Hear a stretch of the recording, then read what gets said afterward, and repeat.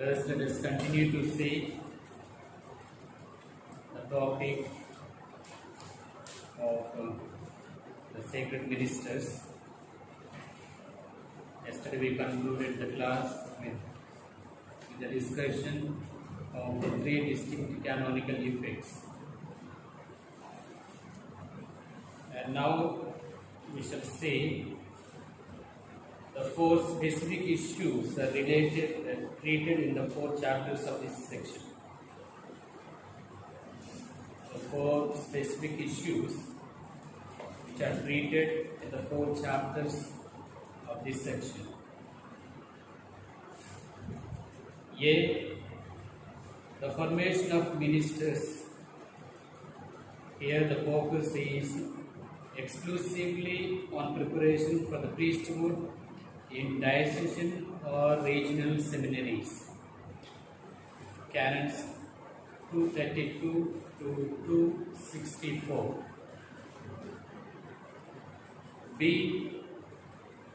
The process of entrance into the clerical state and transfers within it. Canons 265 to 272. C. The obligations and rights of sacred ministers. Canons 273 to 289. D. The laws of the clerical state. Canons 290 to 293. These are the 4 specific issues which are dealt in these 4 chapters. Now let us see in detailed manner. A. The formation of clerics. Canons 232 to 264. In the first place, the sacred ministry requires a specific formation of candidates, such as will enable them also to verify their suitability and to mature their vocation.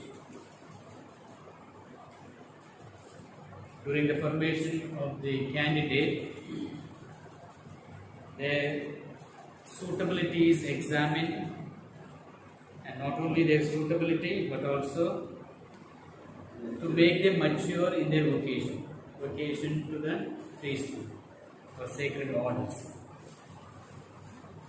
Canon 232 confirms that the duty and the right of selecting and forming candidates to sacred ministries belong to the church. So first of all, it is the responsibility of the church to choose the suitable candidates for the sacred ministries. It is an important aspect of the freedom of the church in which no other authority may interfere. So totally at the disposition and freedom of the church, it makes the selection of the candidates for the ministries in the church. There are different types of formation. Cultural formation, according to their own language, culture, and so on. Doctrinal formation, teaching of the church, sacred sciences, etc. Philosophical and theological formation, where we study the different sciences concerning the philosophy and theology.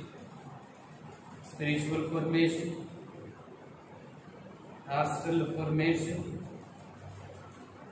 ecclesial formation. Here we see the love for the church, the Christ church, hierarchy of the church, pope, bishops, etc., and their obedience to the church. An integral formation, intellectual formation, above all, a human formation. These are the important things which are dealt during the time of forming a candidate.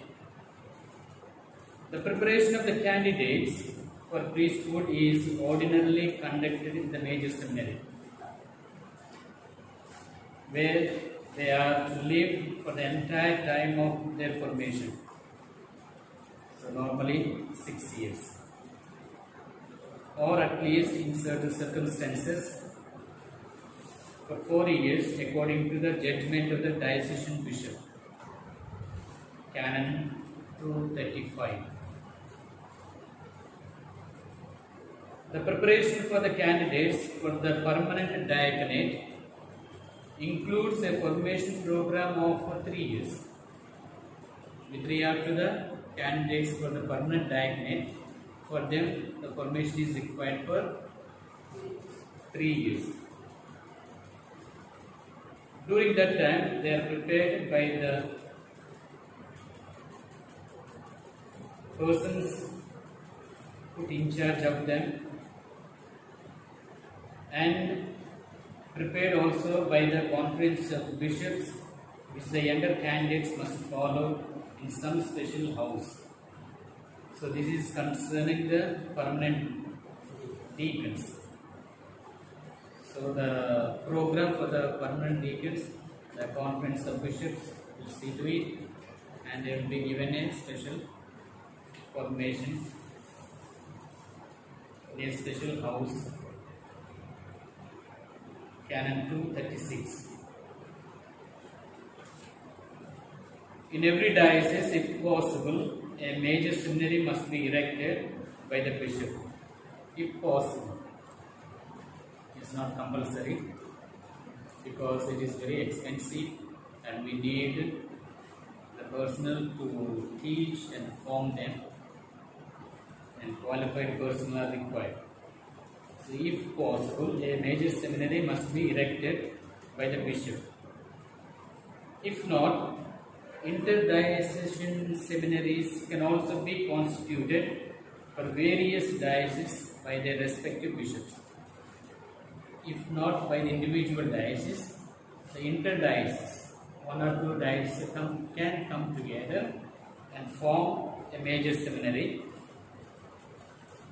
or also by the conference of bishops if it is for the entire territory of the nation.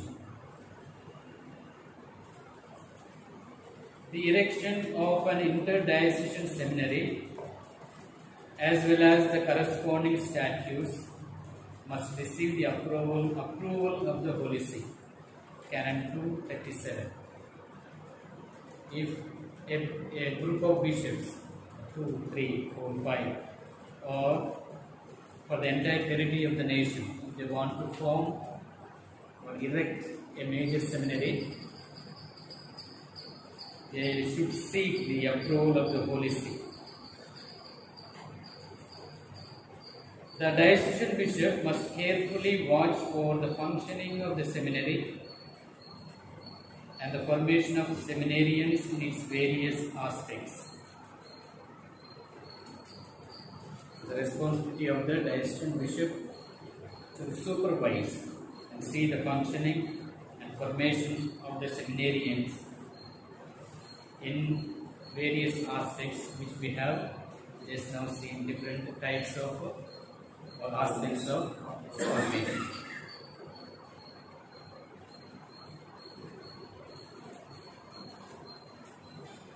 It is his responsibility to supervise it, to appoint the rector and to fill the other positions, to approve the statutes and the regulations, and to provide for its economic needs, etc. So supervision and the approval of the statutes and the regulations, and also providing the economic needs of the major seminary, students and the staff appointed over there. If necessary, he can impose a special tax in the diocese to maintain the major seminary, if diocese is not able to afford, he can impose a special tax in the diocese to maintain the major seminary.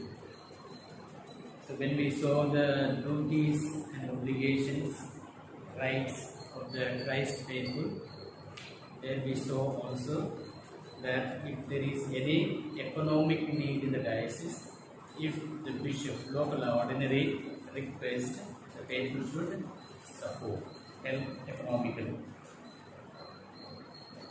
So canons 259, 263 and 264.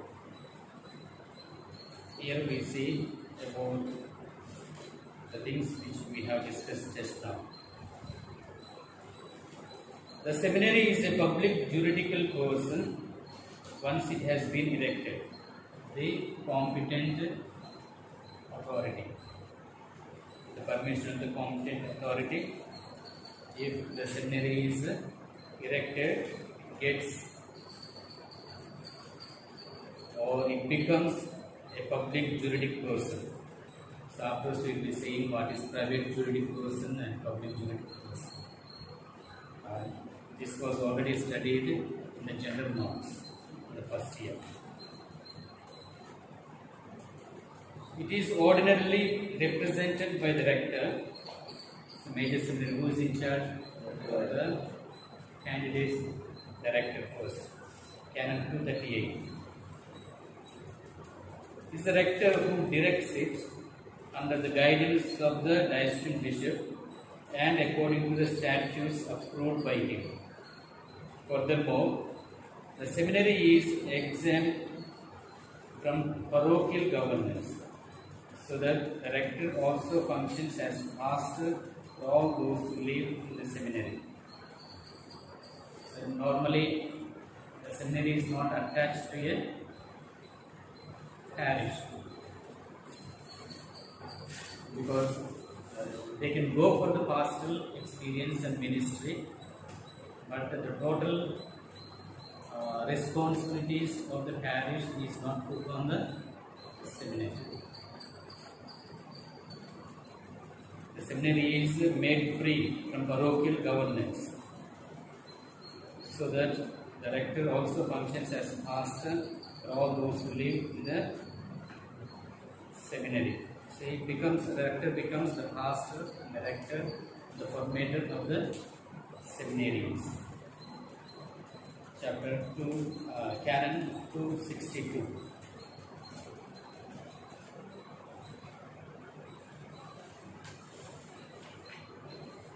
In addition to the rector, there must be a financial administrator and at least one spiritual director. The seminary rector, financial administrator, and at least one spiritual director. So financial administrator is the economo in our terms, or procurator, who looks after the financial aspects of the seminary and administering different things of the seminary. There can also be a vice rector, other moderators, or providers of formation. But these three are very important: rector, financial administrator, and there can be also vice rector, moderators, and other providers of formation, and teachers if the seminarians carry on their studies in their own seminary. If they are having their own studies in that seminary itself, then there should be teachers. Or if they are going to another institute, then teachers are not required in the major seminary. So for example, in the campus, this is the institute and other major seminaries are there, and they don't have professors in their own respective seminaries because they don't have special classes, the philosophical or theological classes in their respective seminaries.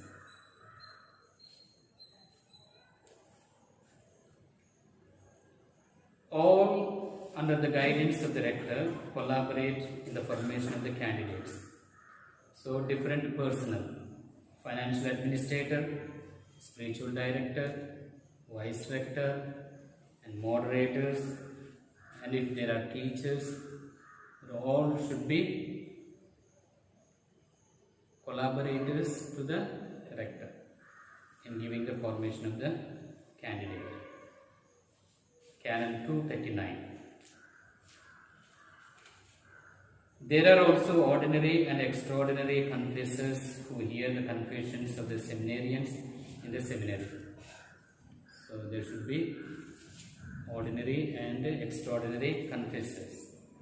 So ordinary confessors are those who hear the confession frequently.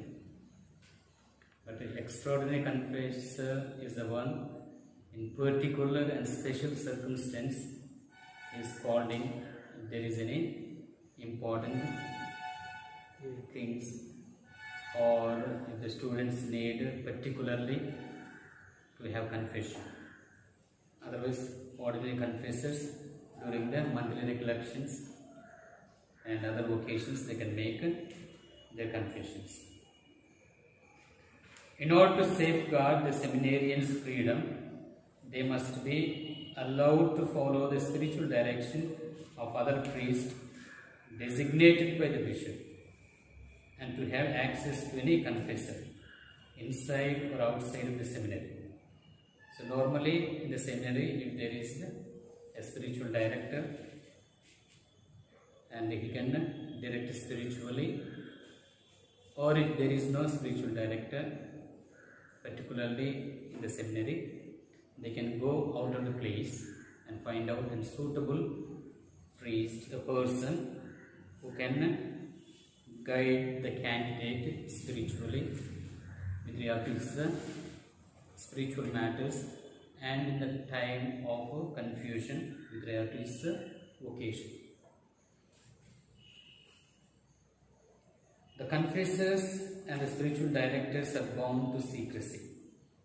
So the candidates sometimes share the important personal matters. So when they share, the confessors or spiritual directors should not go and proclaim everywhere or to other people. So they have to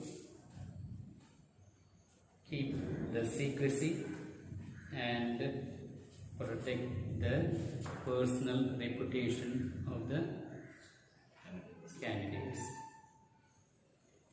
So the confessors and the spiritual directors are bound to secrecy and therefore they are never authorized to give an opinion with regard to the admission of a candidate to orders, especially in the time of promotion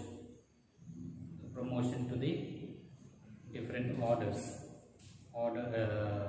ordination to the diaconate or ordination to the priesthood or other orders such as lector, acolyte and so on, and in the promotion of the student. So the confessors or the spiritual directors, they are not authorized to give opinion. Why? Because the student is sharing his personal things or personal matters that should not become public. Canons 239 to 240. For his part, the rector, because he is bound to give his opinion, must not hear the confessions of the seminarians, unless in individual instances they request it of their own accord.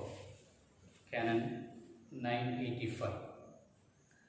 The major responsibility of the rector is to give his opinion about the student during the time of promotion. So that time he has to speak openly about the candidate. Therefore, if he hears the confession or when the students share very grave matters at the time of confession, then sometimes he may have to reveal. That's why the major responsibility is to give his opinion. Therefore, he should not hear the confession of the candidates. And those who hear the confession, they are bound by the secrecy. So that's why rector is not allowed to hear the confession. But if the candidate himself specially requests the rector to hear the confession, and at the request of the candidate he can hear. Otherwise, he is not authorized to hear the confession of the candidates. The formation imparted in a seminary follows the program of priestly formation. Program of priestly formation is Ratio Institutionis Sacerdotalis. So formation is given in a seminary according to the program of priestly formation. And religious people have our own formation program.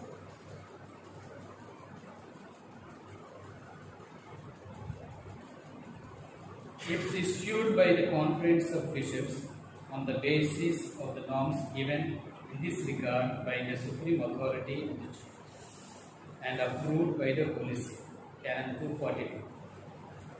So first of all, they should have a formation program, Ratio Institutionis Sacerdotalis, and it is issued by the Conference of the Bishops and approved by the Holy See. So it should be approved by the Holy See and issued by the Conference of the Bishops to be followed in the major seminaries. The goal of the formation is to render the candidates suitable to the requirements of priestly life and to the pastoral ministry by means of a life of union with Christ and through doctrinal and human preparation. Canons 244 to 258. In these canons, we discuss all these things. So, to render the candidates suitability, to make them suitable priests, to give training in the priestly life, they should be given total knowledge of the pastoral ministry by means of a life of union with Christ, as a prayer life, and in the light of Christ, they should discern their own vocation, and they should also be trained doctrinally and in the human formation, which I have mentioned the different types and aspects of formation. This includes also the exercise of natural and supernatural virtues, devotions, especially to the Eucharistic Lord and to the Blessed Virgin Mary, etc. Liturgical and personal prayer, love for the Church and for her pastors, zeal for souls, study of the sacred and profane or temporal worldly sciences, necessary for entrance for higher studies. So along with the sacred sciences, they are also given permission to study the civil studies, the secular studies, BA, MA or Masters outside. So other things also are allowed to do by the candidates. So these are dealt in Canon 234, paragraph 2.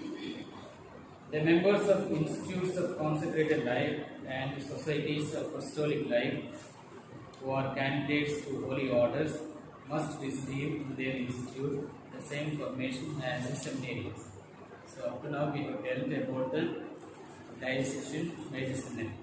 Same thing is applied also to the religious.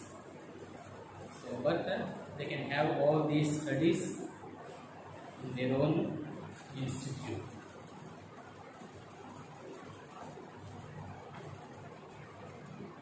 The next point is B, incardination and transfer of clerics. Incardination and transfer of the clerics.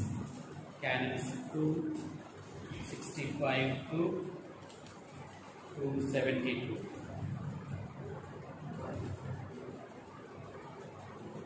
Every cleric must be inscribed in the community for whose service he is ordained.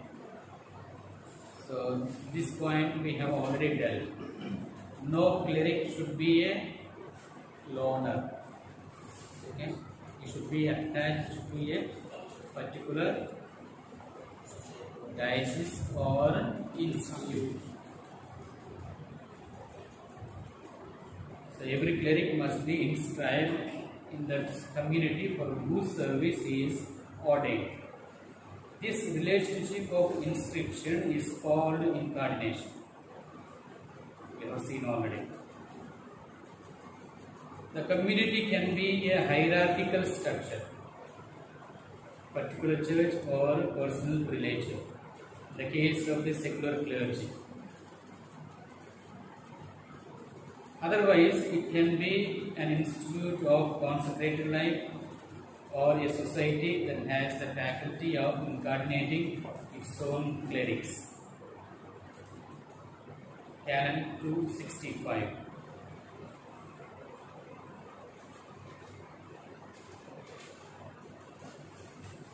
So here the community is the diocese or any institute. So they have the hierarchical structure. So particular church and universal church, and if it is a religious institute, provincial, general, their own hierarchical structure. Incardination is an institution with a long tradition, by means of which a concrete pastoral relationship of service and discipline is established between the cleric and the church. So, incardination is an institution with a long tradition, by means of which a concrete personal relationship of service and discipline is established between the cleric and the church. So, he gets incardinated, becomes the member of the church. So when we come to the specific definition of incardination, incardination is a canonical act by which a cleric is attached to a diocese or institute. You can note it down. Incardination is a canonical act by which a cleric is attached to a diocese or an institute, etc.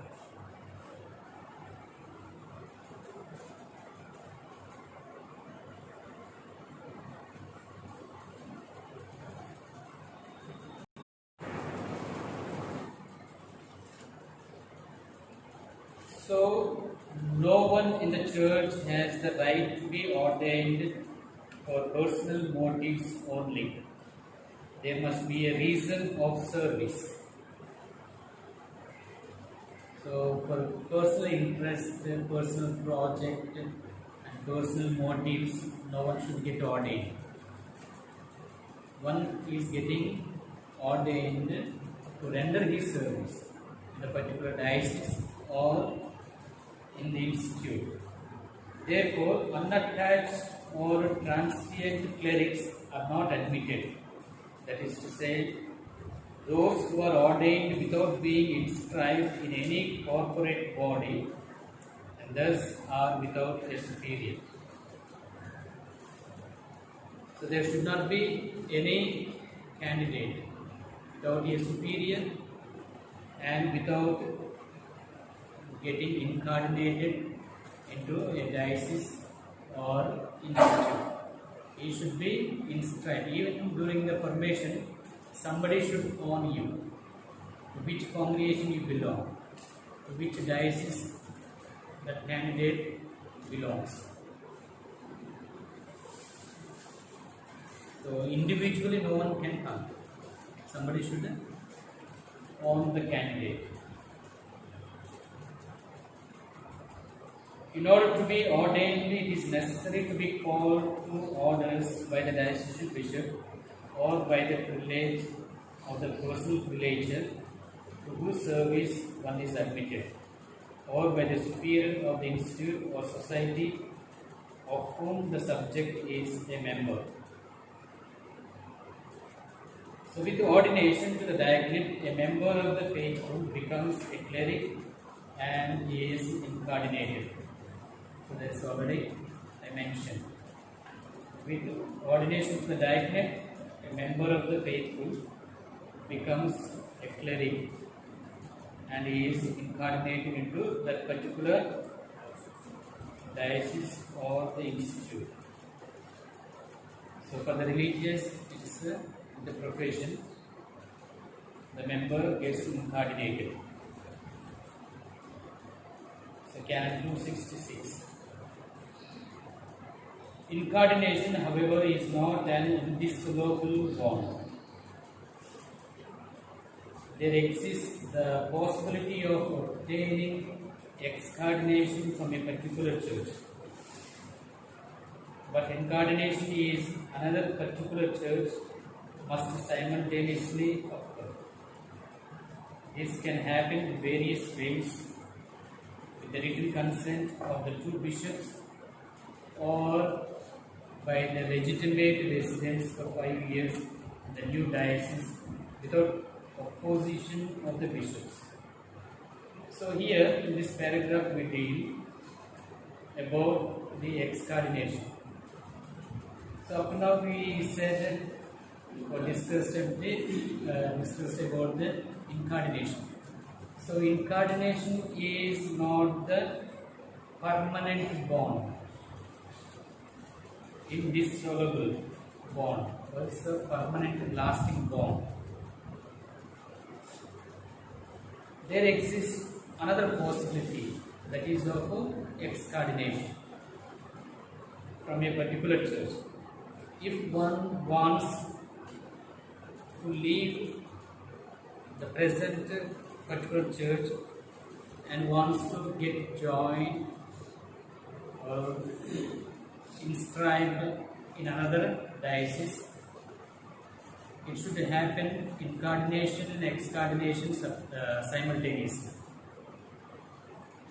So, leaving from one particular church or diocese,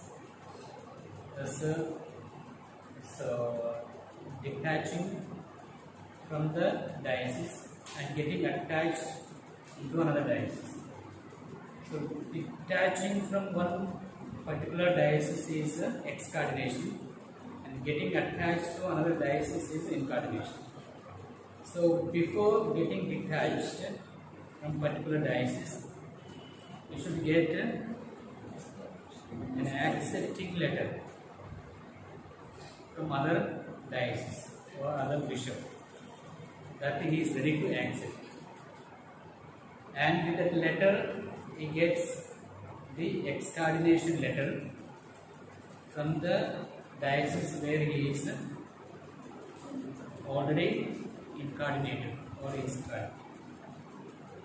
So these two are very important matters and we should follow it and we should. So this is what called the incarnation and excardination. So excardination is an act by which one is detached from a diocese or the institute.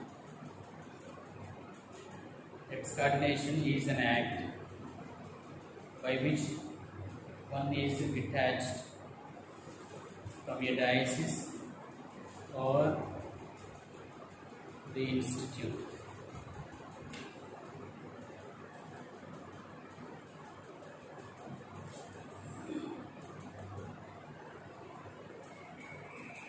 There is another possibility of getting incardinated in another diocese. For example, the Bishop of Eluru gives permission to a cleric to work in the diocese of Srikakulam, and he goes and works over there for a period of time. If it is mentioned in the agreement, well and good. And if the agreement is not seen carefully, if the agreement is made for 3 years or 2 years, left to the bishops according to the need,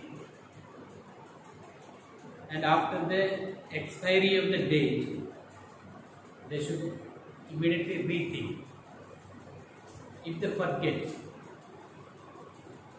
and if the cleric is continuing his service in the diocese of Srikakulam, and if there is no any opposition from the diocese of Srikakulam, and the cleric also is happy to work over there, if 5 years are completed, and automatically he gets incardinated in the diocese of Srikakulam.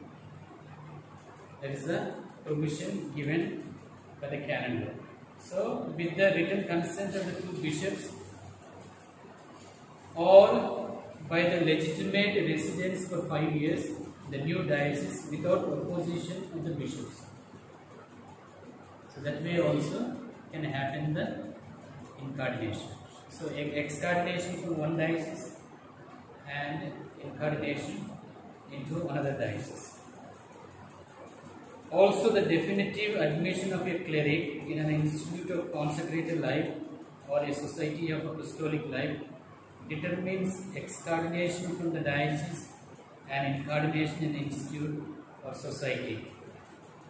Canons 267 to 269. So, here the excardination and incardination occurs between diocese and the religious congregation. From religious congregation to the diocese, or from the diocese to the religious congregations. Furthermore, to facilitate the mobility of the diocesan clergy so as to respond to the situations of scarcity in certain places, Canon 271. If there is a scarcity in particular diocese, the local ordinary bishop of the diocese might ask the bishop of another diocese to send someone to help in his diocese. The temporary incardination or the permanent incardination also. They get incardinated with the written consent.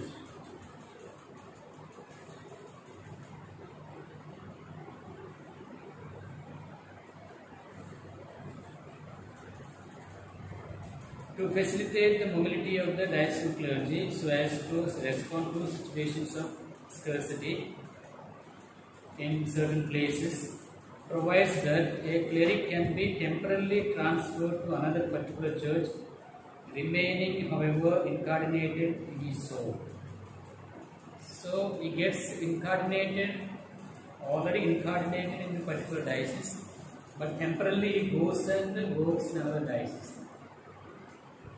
And he comes back at any time when his own local ordinary calls him back.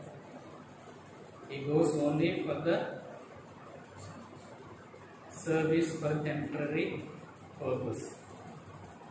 This transfer must be accomplished by means of a written agreement between the bishops of both particular churches and the interested party. So both the bishops and the cleric who is interested to go and vote in another diocese. Now another point is see rights and duties of the clerics.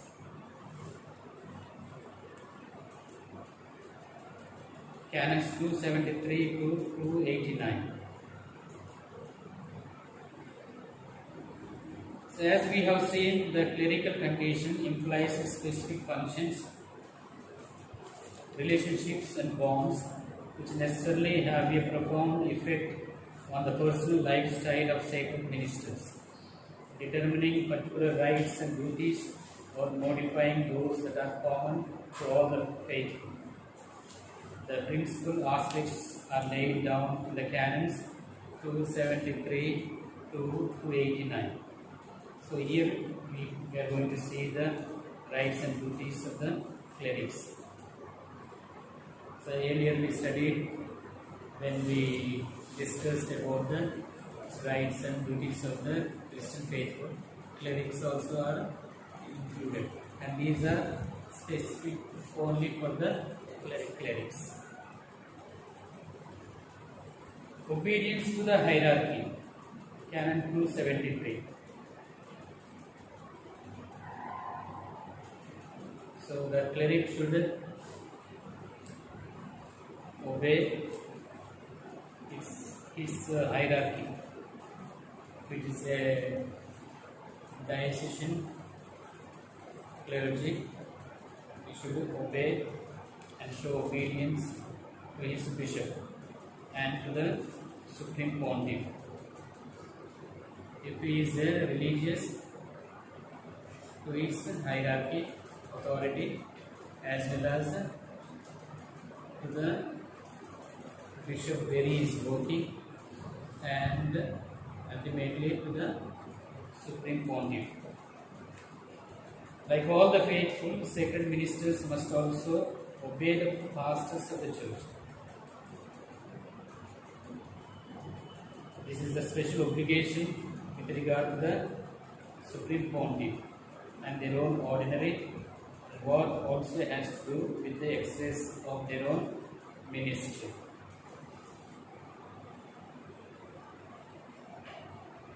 Next, availability for service and fidelity in the ministry. Availability for service and fidelity in the ministry, Canon 274. The cleric should be available to his flock.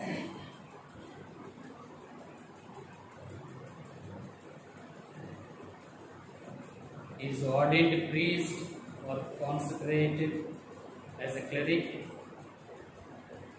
to the service of the church, and therefore he is bound to accept and faithfully fulfill the offices he receives from his ordinary. So whatever responsibility he receives from his bishop, he should then faithfully fulfill it. And also he should be available for any service for the good of the diocese. If the cleric is religious, for the good of the institute. Next, fraternity and collaboration, Canon 275.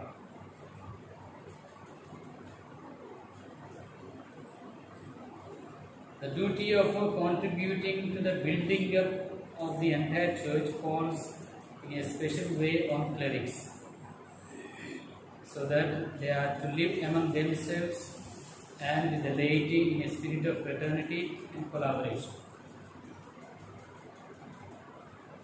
So if a cleric is appointed as the pastor of a particular parish, he should live in a fraternal atmosphere with the faithful, the laity of the parish,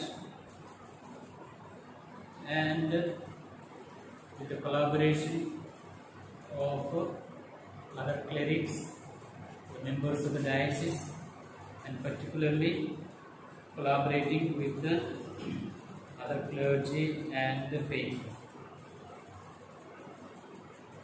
Next, holiness of life, Canon 276. We had already seen that all the faithful are called to sanctity, right? But more specifically, the clerics should commit themselves to seek the holiness. So the responsibility is laid on them very much, so that through a life of piety and through the generous accomplishment of their pastoral ministry, they should carry on their responsibility.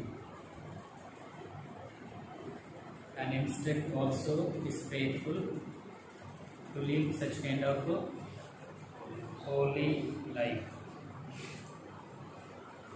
Next, chastity and celibacy, Canon 277.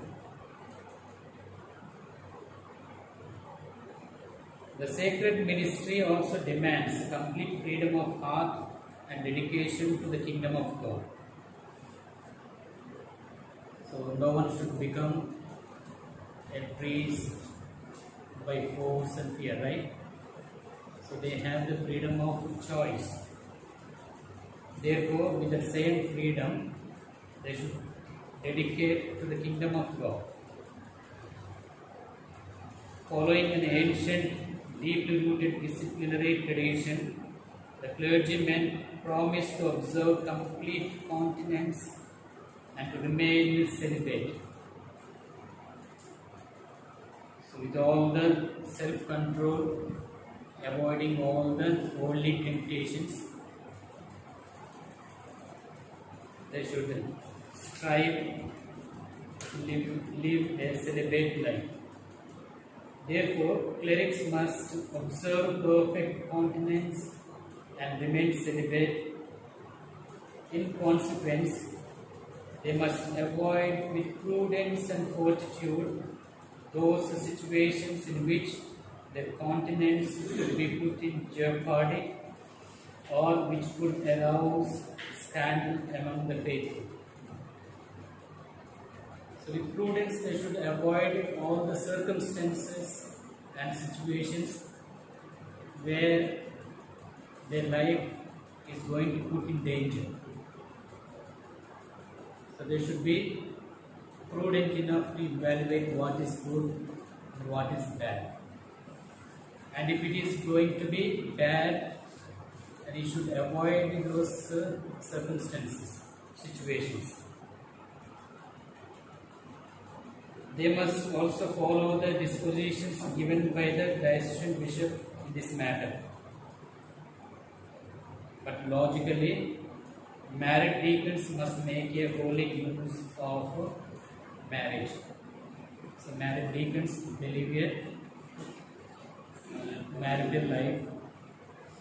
So they should make use of the sacrament of marriage and marital life properly, without causing scandal or living a immoral life. Next, right of association, Canon 278. Like all the faithful, clerics also have the right to set up and participate in associations whose aim is in harmony with their state and compatible with their ministry. So the clerics also have the right to participate in any association or start an association, but that should not disturb his state of life or his ministry. Without disturbing his ministry and his state of life, that means the clerical state, and he can participate or start any association. Associations approved by the authority which facilitate the life of piety and priestly fraternity are especially recommended. So these things should be kept in consideration in mind before they join in any association or start the associations. Next, permanent formation, Canon 279. The improvement and deepening of their own formation is a professional duty of sacred ministers, so that they may become ever more fitted for pastoral service. Particular law must establish a program of permanent formation for the clergy.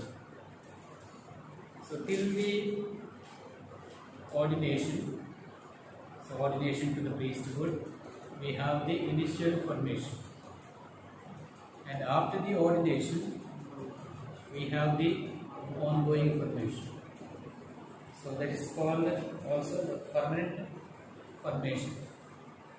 So the ongoing formation is of different spiritual activities, so annual retreats, seminars, and other special studies which help him to render more service in the diocese or in the institute, etc. So particular law must establish a program of permanent formation for the clergy. Next, common life, Canon 280. Unlike the religious state, clerical state does not require common life as a community life.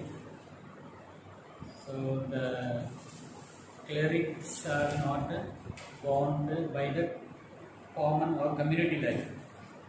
Nevertheless, it is highly encouraged for clerics also because of the fraternal support that can be found in it. So if there is a common life, you can have a fraternal life. You can seek support from the others. So in view of that, it is recommended to live a common life. Furthermore, life is common among priests can be facilitated and realized in many ways, such as gatherings, conferences, retreats, etc. So he may live, a cleric may live alone in his parish, but he should not live permanently, avoiding all other gatherings, retreats, conferences in the diocese. So he should get himself engaged also in the common life. Next, right to support, Canon 281. Their dedication to ecclesiastical ministry gives clerics the right to a fitting remuneration which will enable them to provide for their own needs and those of others whose services they require. So here the canon speaks that all the clerics should get a decent remuneration for their livelihood, because they are rendering their service. They have the right to live a decent life.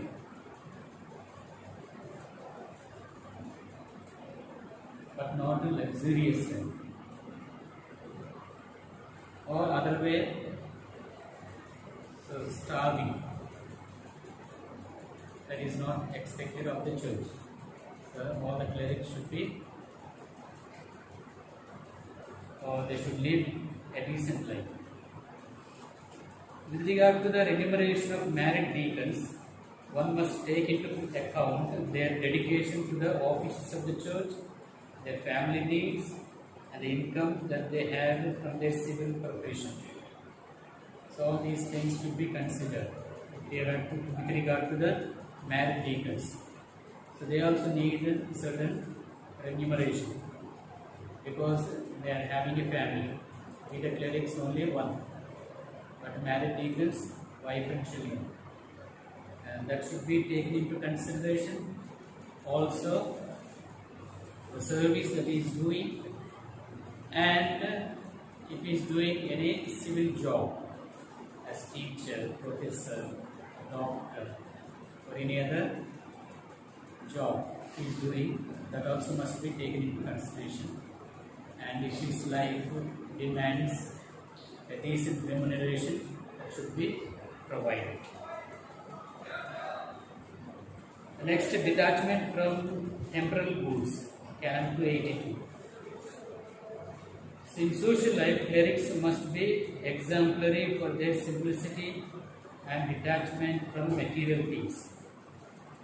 This does not mean that they make a vow of poverty like the religious, but they are encouraged to contribute to the needs of the church according to their own means. So though they don't profess the vow of poverty, but they are recommended to live an exemplary and simple, detached life to the material things. And their life should not give scandal to the faithful. Next, duty of residence and right to a vacation. Canon 283. There are offices that entail a particular duty of residing the place where they are carried out. Therefore, the availability for service to which all clerics are bound requires that they not be long absent from their diocese without permission. So the canon says that they should be available to the faithful and to the service that they have taken up. And they should not be absent from their residence.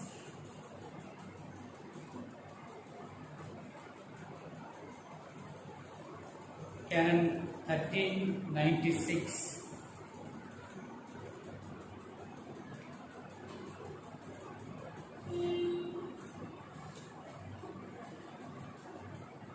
Says that a person who gravely violates the obligation of residence to which he is bound by reason of an ecclesiastical office is to be punished with a just penalty, not excluding after a warning deprivation of the office.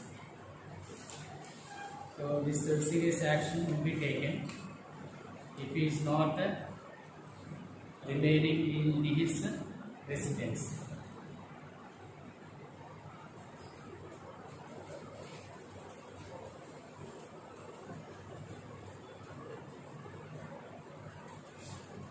And Canon 533 speaks about the parish priest. 533 paragraph 2. Unless there is a grave reason to the contrary, the parish priest may each year be absent on holiday from his parish for a period not exceeding 1 month, continuous or otherwise. So 1 month of holidays given to a parish priest by the code itself. Okay. If he is going more than 1 month, he should seek the permission of the local ordinary.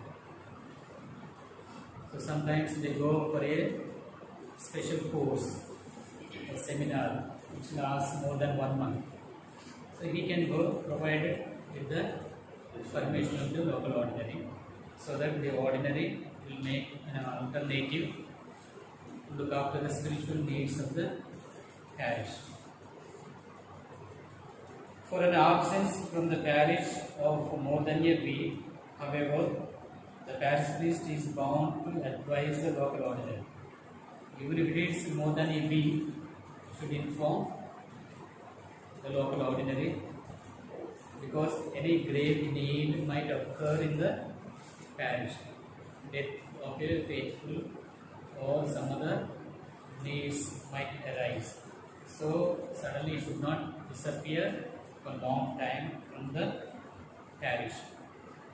And Canon 395 speaks about the bishop, the residence in the diocese. 395 paragraph 1.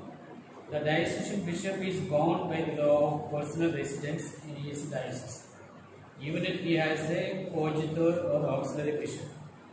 Apart from the visit ad limina, attendance at the councils or at the synod of bishops or at the episcopal conference at which he must be present, or by reason of another office lawfully entrusted to him, he may be absent from the diocese for a just reason, for not longer than 1 month, continuously or otherwise, provided he ensures that the diocese is not harmed by his absence. So, ad limina visit is once in 5 years. At that time, he has to meet the Holy Father and present the report of the diocese. So, this may last more than 1 month. So, such kind of visits and conferences or synod of bishops might go more than a month. It's permitted. And officially 1 month of vacation, that's also permitted. But in his absence, you should see that the diocese should not be harmed. So in his absence, the vicar general will be looking after the administration of the diocese. If the diocese has got coadjutor bishop, he will be looking after. If there is no coadjutor bishop or there is auxiliary bishop, he will be looking after the administration of the diocese. If there is no vicar general, coadjutor and auxiliary bishop, and there should be or there is a chancellor of the diocese. So sometimes the chancellor will be looking after the administration, and he has got limitations. So that will be seen later on.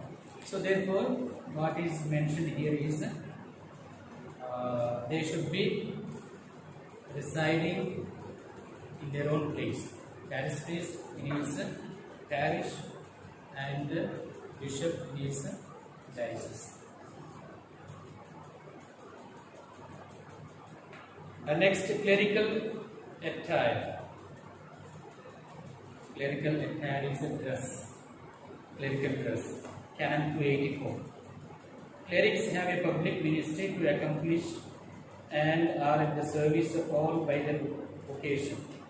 Therefore, it is reasonable that their condition and dignity should be capable of being recognized by also that it may be respected. So all the clerics should wear their own clerical dress. So it gives dignity and respect. And cleric should not be like one of the faithful going about in civil dress, especially when he has to administer the sacraments or celebration of the Eucharist. So we have a clerical dress that should be used for the dignity and for the respect. Therefore, they are bound to wear the clerical attire established by the conference of bishops and according to the local customs. With regard to the permanent deacons, they are not bound by this obligation. Okay. With regard to the permanent deacons, this obligation is not there for them. Although they are sacred ministers on the ontological level, since they have partially retained their lay condition. Canon 288. 288 says that the clerical attire is not obligatory to the permanent deacons. The next, abstention from secular commitments, offices and activity. Can 285 to 289. So here the clerics should not get engaged